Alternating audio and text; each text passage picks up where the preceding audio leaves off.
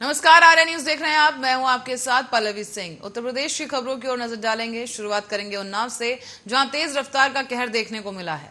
यहां पर तेज रफ्तार का कहर देखते हुए आपको बता दें कि एक ट्रैक्टर ने मासूम को जोरदार टक्कर मार दी है।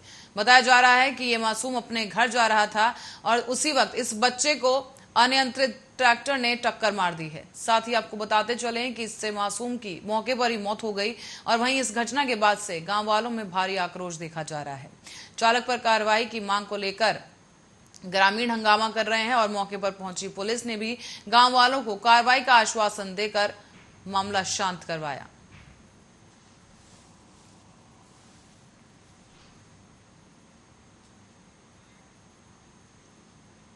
तो वहीं उत्तर प्रदेश के बांदा में गर्मियों की शुरुआत होते ही आग ने अपना असर दिखाना शुरू कर दिया है।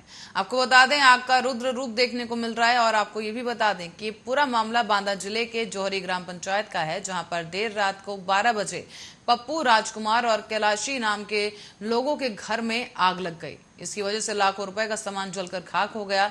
तो वहीं देर से पहुंची फायर ब्रिगेड घंटों की मुशक्कत के बाद आग पर काबू पाने में सफल रही। पीड़ित मुन्नीलाल मेहनती मजदूर करके अपने घर का पालन पोषण करता था। आग ने सब कुछ जलाकर राख कर दिया है। तो वहीं मौके पर लेखपाल और ग्राम प्रधान ने पहुंचकर 1,03,000 का आकलन कर मदद दिलाने का आश्वासन दिया है।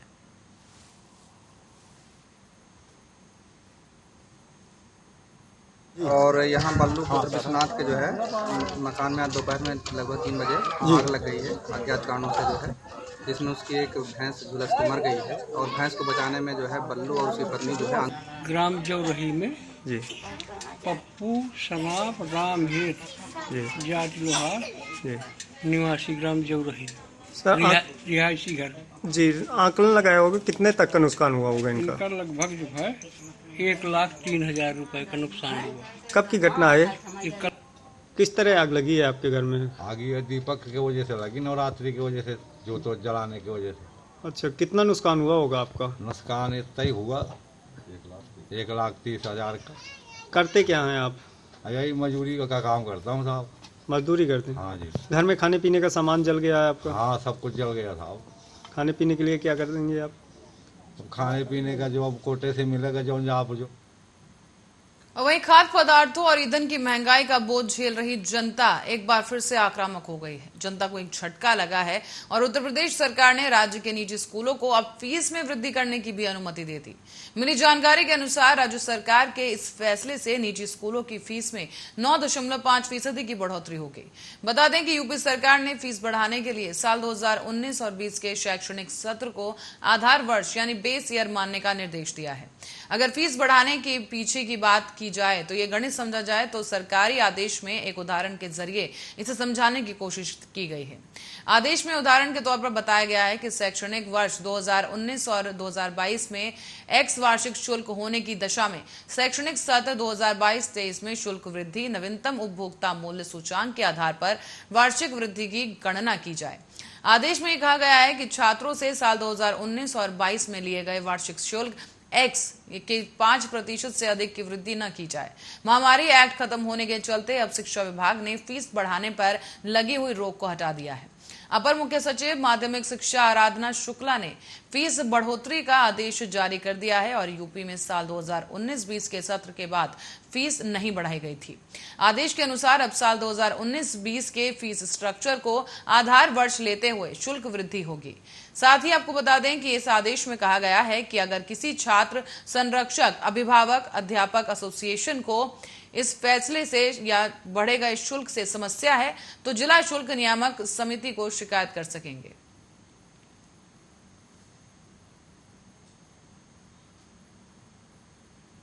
तो वहीं आगरा से एक मामला सामने आया है जहां पर एक चलती कार में आग लग गई है। दरअसल आपको बता दें कि यह मामला आगरा से सामने आया है जहां पर चलती कार में शॉर्ट सर्किट हुआ जिसकी वजह से कार में आग लग गई। गाड़ी में आग लगता देखकर लोगों में अफरा तफरी मच गई। तो वहीं फायर ब्रिगेड की गाड़ी के पहुंचने से पहले ही कार पूरी तरह से जलकर राख हो चुकी थी। आपको बता दें कार चालक ने कार से कूदकर अपनी जान बचाई।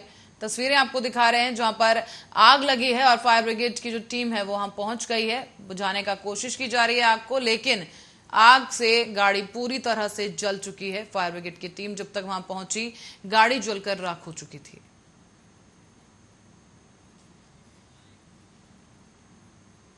तो वहीं बहुजन समाज पार्टी की मुखिया मायावती ने कांग्रेस के पूर्व अध्यक्ष राहुल गांधी पर निशाना साध दिया है।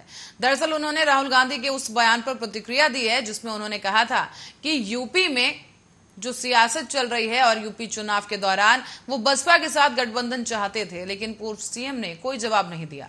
यूपी की पूर्व सीएम ने राहुल गांधी के इस दावे पर अब कहा है कि वो अपना बिखरा हुआ घर संभाल लें। मायावती ने कहा कि कांग्रेस अपने बिखरे घर नहीं संभाल पा रही। राहुल का मुझे सीएम बनाने का बयान गलत है। मायावती ने कहा कि मैं राहुल गांधी के बयान का खंडन करती हूं और किसी पर टिप्पणी करने से पहले 100 बार सोचना चाहिए। इसके साथ ही पूर्व सीएम ने यह भी आरोप लगाया कि कांग्रेस ने दलितों के लिए कुछ नहीं किया। उन्होंने दावा किया कि साल 2007 साल 2015 के दौरान यूपी में जब बसपा की सरकार थी तब केंद्र में सत्तारूढ़ कांग्रेस ने कोई मदद नहीं की। बसपा सुप्रीमो ने आगे ये भी कहा कि राहुल गांधी मुझ पर बीजेपी से मिलने का आरोप लगाते हैं। बता दें कि वायनाड सांसद राहुल गांधी ने शनिवार को यह दावा भी किया था कि केंद्रीय अन्वेषण ब्यूरो यानी सीबीआई, परिवर्तन निदेशालय यानी ईडी और पेगासस के जरिए बनाए जा रहे दबाव के चलते मायावती दलितों की आवाज के लिए नहीं लड़ रही हैं और भाजपा को खुला रास्ता दे दिया गया है। गौरतलब है कि हाल ही में हुए उत्तर प्रदेश विधानसभा चुनाव में भाजपा ने लगातार दूसरी बार जीत दर्ज की है। कांग्रेस सिर्फ 2 बार और बसपा 1 सीट ही हासिल कर सकी। राहुल गांधी ने यह भी दावा किया था कि आज सीबीआई, ईडी और पेगासस के जरिए राजनीतिक व्यवस्था और संस्थाओं को नियंत्रित किया जा रहा है।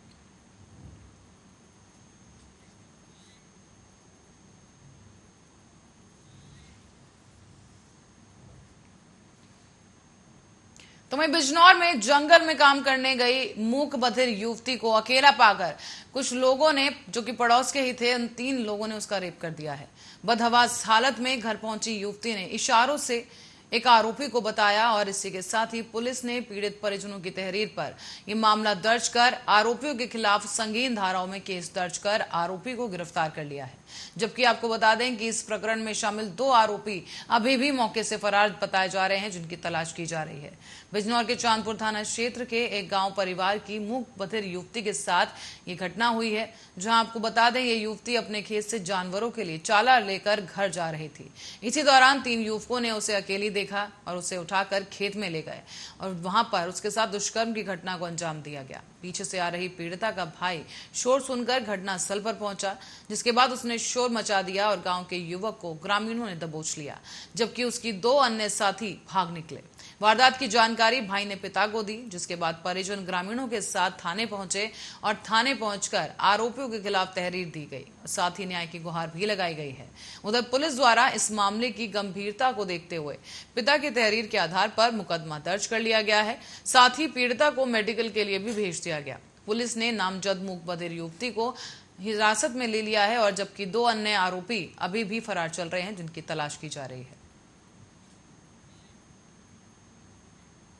खबर बलिया से है, जहां बलिया में पेपर लीक मामले में 3 पत्रकारों को पुलिस ने गिरफ्तार किया है।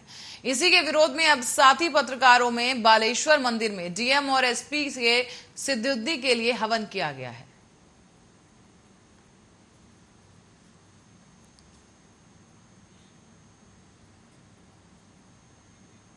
तो वहीं संभल में लोकसभा सीट से समाजवादी पार्टी के सांसद डॉक्टर शफीउर रहमान बर्क ने अपनी ही पार्टी पर मुसलमानों के लिए काम न करने का आरोप लगा दिया है। दरअसल आपको बता दें कि विधान परिषद चुनाव में मतदान करने गए बर्क ने कहा कि उत्तर प्रदेश की योगी सरकार मुसलमानों के साथ इंसाफ नहीं कर रही। योगी काम तो कर रहे हैं, लेकिन वो मुसलमानों के लिए काम नहीं कर रहे, अपने हिसाब से काम कर रहे हैं। उन्होंने कहा कि वो योगी सरकार के कामकाज से संतुष्ट नहीं है, क्योंकि वो मुसलमानों के लिए सोचते नहीं हैं। आपको बता दें कि उन्होंने दावा किया है कि योगी मुसलमानों के लिए काम नहीं कर रहे। शफीकुर रहमान ने यह भी बताया है कि सभा पर भी उन्होंने सवाल उठा दिए। इसी बात को आगे बढ़ाते हुए बर्क ने अपनी पार्टी को भी कटघरे में खड़ा कर दिया है। उन्होंने ये कहा है कि समाजवादी पार्टी मुसलमानों के लिए काम नहीं कर रही है। साथ ही आपको बता दें, इससे पहले सपा सांसद ने कहा था कि 4 से 5 मिनट चलने वाले नमाज से ध्वनि प्रदूषण कैसे हो सकता है। साथ ही उन्होंने ये भी कहा था कि 24 घंटे लाउड स्पीकर पर चलने वाले धार्मिक आयोजन ध्वनि प्रदूषण का कारण है। गौरतलब है कि सपा सांसद बर्क पहले भी अपने बयानों को लेकर चर्चाओं में रह चुके हैं। इससे पहले भी उन्होंने अगस्त 2021 में होने वाले तालिबान के कथित रूप से हिमायत करते हुए कहा था कि तालिबान एक ताकत है और उसे अफगानिस्तान में अमेरिका के पांव नहीं जमाने दिए। तालिबान अपने देश को आजाद कराना चाहता है और ये उनका व्यक्तिगत मामला है।